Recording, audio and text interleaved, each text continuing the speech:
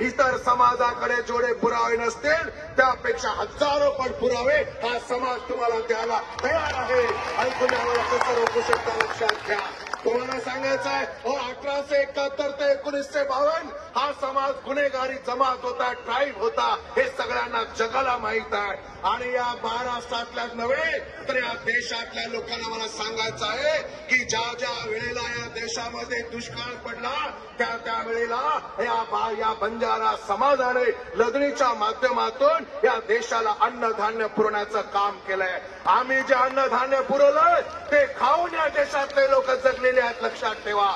एवढंच नव्हे तर या देशातल्या लोकांना तोंडाला चव जर द्यायचं कोणी केलं असेल तर आम्ही दिला, कारण या घोर बंजारा समाजाने या भारतातील लोकांना मीठ खायला दिलेलं मीठ आणि मिठाबद्दल असं सांगितलं जातं ज्याचं खावं मीठ त्याच्याशी राहावं नीट आणि नीट नाही राहिला तर लक्षात घ्या हे आलतापालत करायला आम्हाला वेळ लागणार नाही माझ्या बंधूंना आणि भगिनींनो।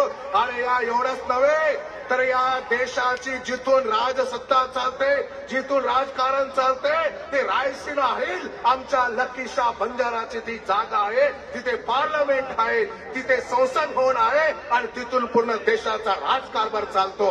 या लोकांना रस्ते आम्ही दिले, या स्वतंत्र लढ्यामध्ये आमच्या कितीतरी लोकांचं बलिदान त्या ठिकाणी गेलेलं आहे। म्हणून या भारत देशातील या सरकारला, महाराष्ट्र सरकारला मला सांगायचं आहे की घोर बंजारा समाजाला आदिवासीमध्ये जाण्यासाठी ज्या ज्या काही निकष लागतात, अटी लागतात, त्या सर्व निकष, त्या सर्व अटी आम्ही पूर्ण करतो। कारण हा समाज आदिवासी आहे, इथे आमच्या माता भगिनी आहेत, यांचा जो वेश आहे तो वेश बघा, इतरांपेक्षा वेगळा आमचा वेश आहे, आमचं खानपान वेगळं आहे, आमचे सण त्योहार वेगळे आहेत, आमची बोली भाषा वेगळी आहे, तर आम्ही गावापासून लांब राहतो। ह्याच गोष्टी आहेत की ज्याच्या आधारावर या समाजाला आदिवासी आरक्षण आपण द्यायलाच पाहिजे, तुम्ही आता रोखू शकत नाही। हा घोरबंजारा समाज या सगळ्या संपूर्ण समाजाच्या वतीने मी आपल्याला ताकीद देतो की येणाऱ्या दिवसामध्ये हे असे आंदोलन करण्याला मला भाग पाडू नका।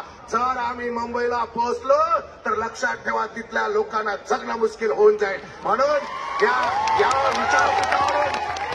विचारपीठावरून मुख्यमंत्री फडणवीस साहेबांना मी सांगू इच्छितो की या घोर बंजारा समाजाच्या एसटी आरक्षणासाठी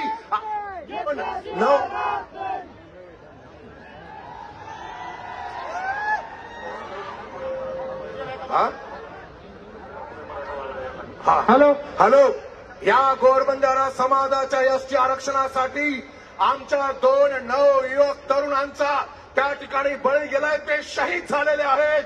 उमरगा तालुका नाईक नगर मोरम तांड्यातील आमचा पवन गोपीचंद चव्हाण याने आत्महत्या केलेला, तो शहीद झालेला आहे। तेवढंच नव्हे तर भेंड टाकळी तांडा तालुका गेवराई जिल्हा बीड येथील आमचा बाळूभाऊ चव्हाण हा देखील शहीद झालेला आहे। या शहीद झालेल्या मुलांच्या कुटुंबियाला मुख्यमंत्री साहेबांना माझं सांगणं आहे की प्रति व्यक्ती प्रति कुटुंबाला आपण किमान 10 लाख रुपये त्या ठिकाणी मुख्यमंत्री सहायता निधीमधून तुम्ही दिलं पाहिजे आणि त्यांच्या घरातील एका व्यक्तीला सरकारी नोकरीमध्ये त्यांना आपण घेतलं पाहिजे। म्हणून ही मागणी या ठिकाणी करतो आणि संपूर्ण बंजारा समाजाला सांगायचं आहे की आज बीडमध्ये देखील मोठ्या संख्येने आंदोलन आहे, इथून पुढे लातूरचं आंदोलन होणार आहे, उस्मानाबादचं आंदोलन होणार आहे। कुणी एक तारीख घेऊ नका, आपल्याला आंदोलन लांब चालवायचं आहे, शांतता ठेवा, संयम ठेवा, भावनिकतेने चालणार नाही, डोकं ठिकाणावर ठेवून चालायचं आहे। आपण आदिम आहोत,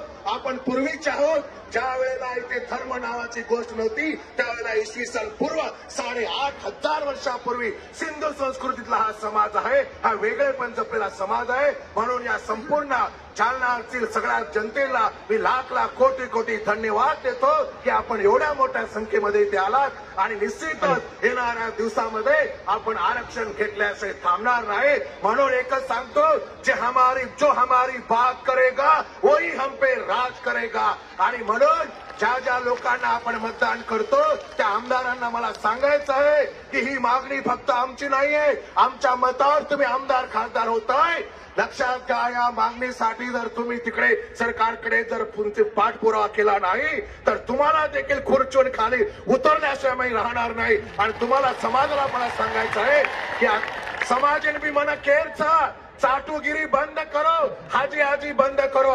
जे लोग आपण मतदान दे रहे था वो लोग काम था कि हमारो ये अधिकार हक के लड़ाई वो तो पार्लियामेंटेर माई वो तो विधानसभा माई मांडेंचा आहे। आत्रास क्योचो आणि मार लांबगोजो को भाषण तांबरोचो। जय गौर, जय सेवालाल, जय नायक काशीनाथ। प्रतिष्ठित व्यक्तीने हात जोडून विनंती